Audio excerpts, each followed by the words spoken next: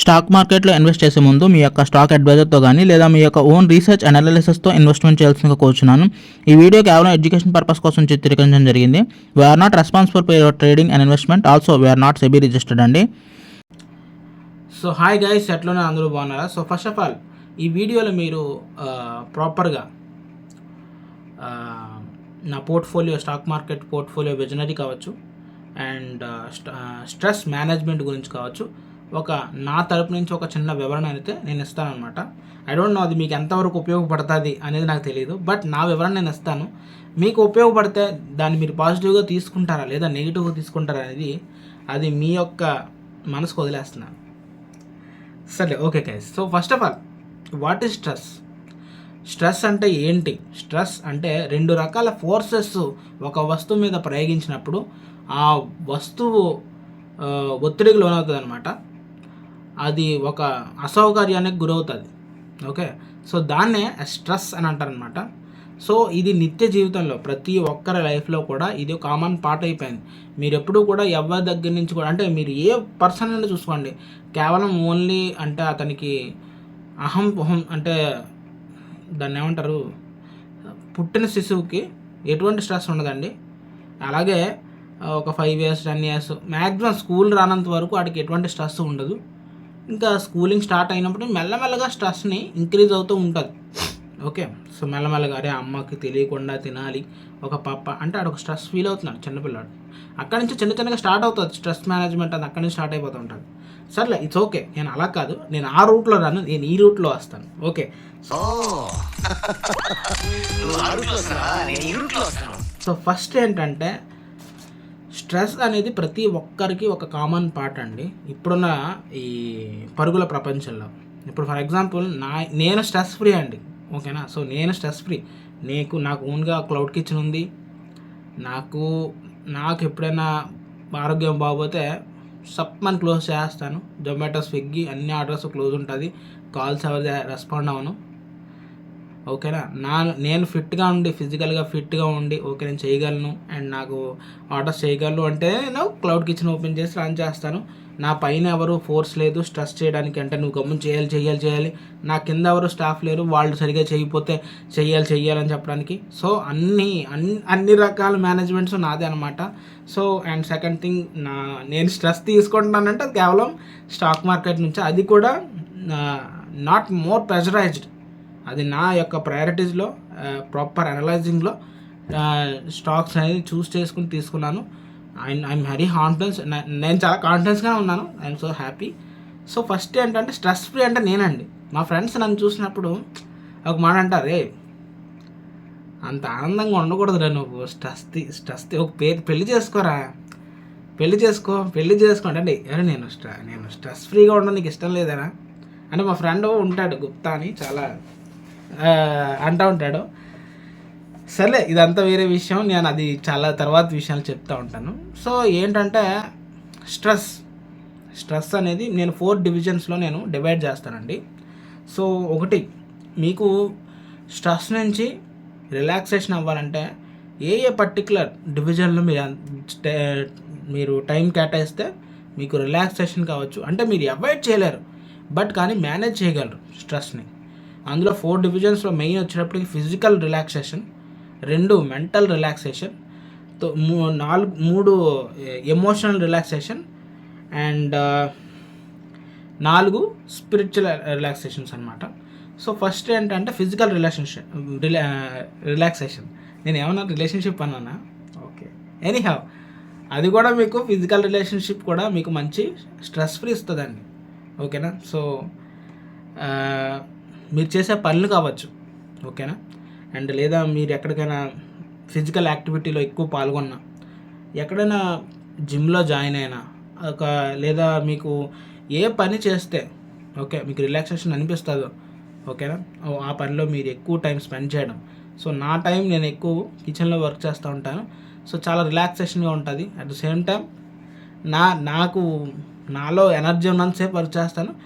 ఎప్పుడైనా డౌన్ అయితే వెంటనే పడుకుంటాం అంతే, రైట్? సో అదనమాట. సో మెంటల్ రిలాక్సేషన్ అనేది మాత్రం కేవలం అది మీరు ఇష్టపడే వ్యక్తులతో మీరు టైం స్పెండ్ చేసినప్పుడు మాత్రమే మీకు దొరికేది ఈ మెంటల్ రిలాక్సేషన్.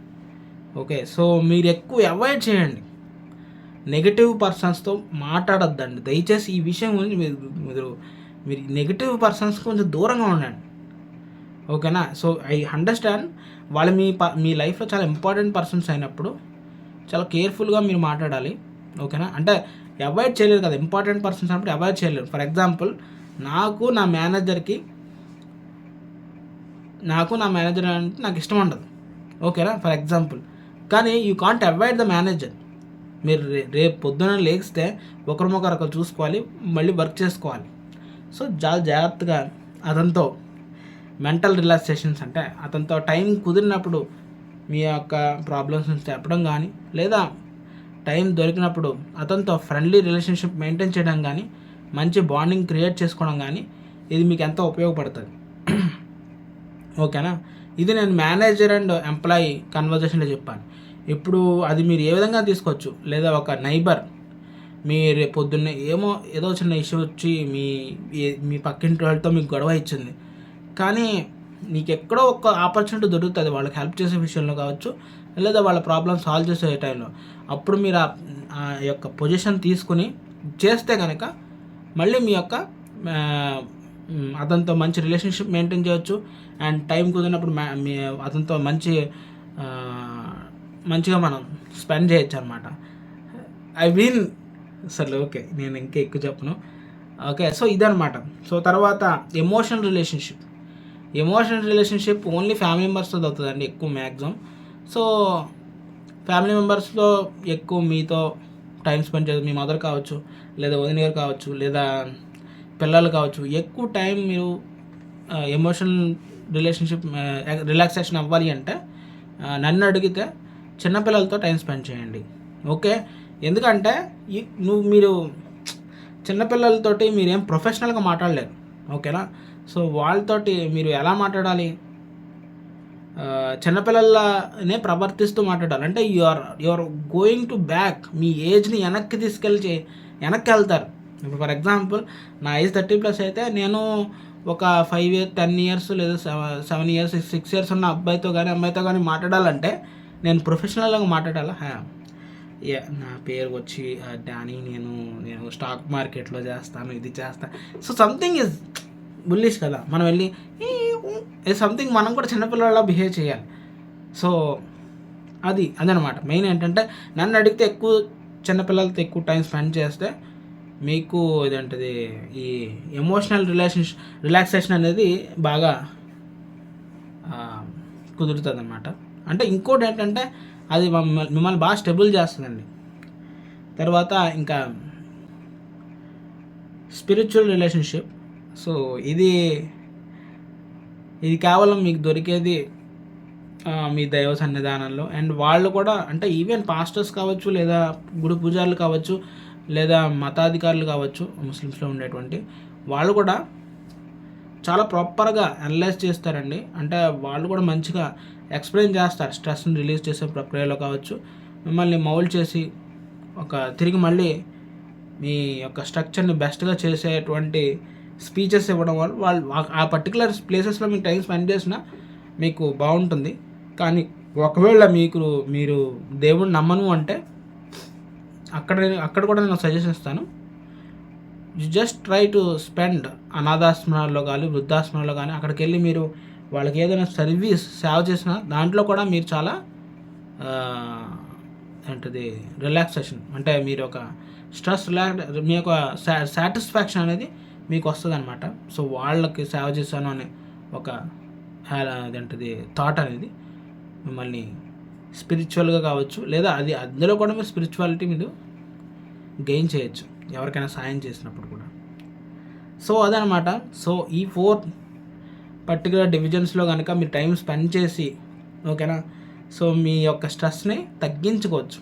సో ఇది మేనేజ్మెంట్, నాకు తెలిసినటువంటి మేనేజ్మెంట్ నేను చేసేటువంటిది. సో అందుకని నేను చాలా కూల్గా ఉంటానండి. ఇక మన టాపిక్ స్టాక్ మార్కెట్కి వద్దాం.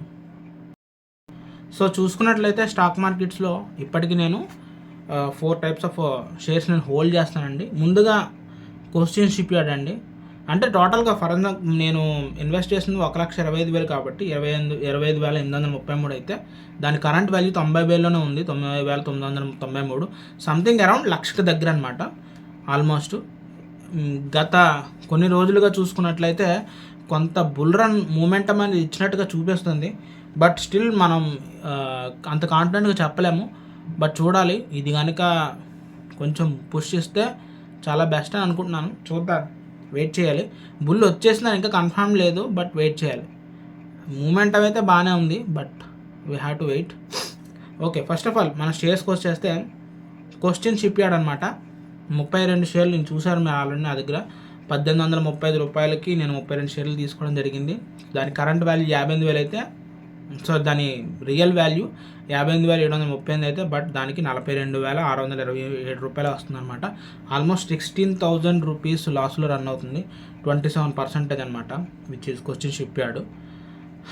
సర్లే, ఇట్స్ ఓకే. తర్వాత ఎస్జేవిఎన్ అండి, ఎనర్జీ షేర్ అనమాట ఇది. సో 202 షేర్లు హోల్డ్ చేస్తున్నాను నేను. అండ్ నేను కరెక్ట్గా బై చేసేదానికి 127 పర్ షేరు 127.39 రూపాయలు అనమాట. అలా 202 షేర్లు పర్చేస్ చేస్తే ఇప్పుడు కరెంట్ అది 87.77లో రన్ అవుతుందన్నమాట. దాని నేను బై చేసిన వాల్యూ వచ్చేసి 25,731 రూపాయలు అయితే దాని కరెంట్ వాల్యూ 17,729 రూపాయలకి పడిపోయింది. అంటే 8,000 రూపాయలు లాస్ అనమాట. సో విచ్ ఈస్ 31% లాస్లో రన్ అవుతుంది. ఇట్స్ ఓకే, బట్ నేను స్ట్రాంగ్గానే ఉన్నాను ఇంకా స్టిల్. ఎస్ బ్యాంక్ వచ్చినప్పుడు మాత్రం దడదళ్ళు అడిచేస్తుంది. 1,800 షేర్లు నేను హోల్డ్ చేస్తున్నానండి. 22.84 రూపీస్ దగ్గర నేను బై చేశాను, ఓకేనా. సో కరెంటు 16.85 రూపాయల్లో ఉందన్నమాట. అండ్ దాని ఇన్వెస్ట్మెంట్ వాల్యూ వచ్చేటప్పటికి 41,103 రూపాయలు అయితే దాని కరెంట్ వాల్యూ 30,384 రూపాయలు. అంటే ఆల్మోస్ట్ 10,719 రూపాయలు లాస్లో రన్ అవుతుంది. సో 26% లాస్ అనమాట. It's okay. తర్వాత నిఫ్టీ బీస్ ఒక్క షేర్ బై చేశానండి, ఇంకా ఎక్స్పెరిమెంటల్ అది. 260 రూపాయల్లో బై చేశాను. ప్రజెంట్ 252లో రన్ అవుతుంది. దాని వాల్యూ 260 అయితే 252 అంటే ఆల్మోస్ట్ 7 రూపాయలు లాస్ అనమాట. So which is 2% loss. It's okay, చిన్న loss, I don't care. But average చేసి మనం అడ్జస్ట్ చేసుకోవచ్చు. బట్ తర్వాత చూద్దాం, ఓకే.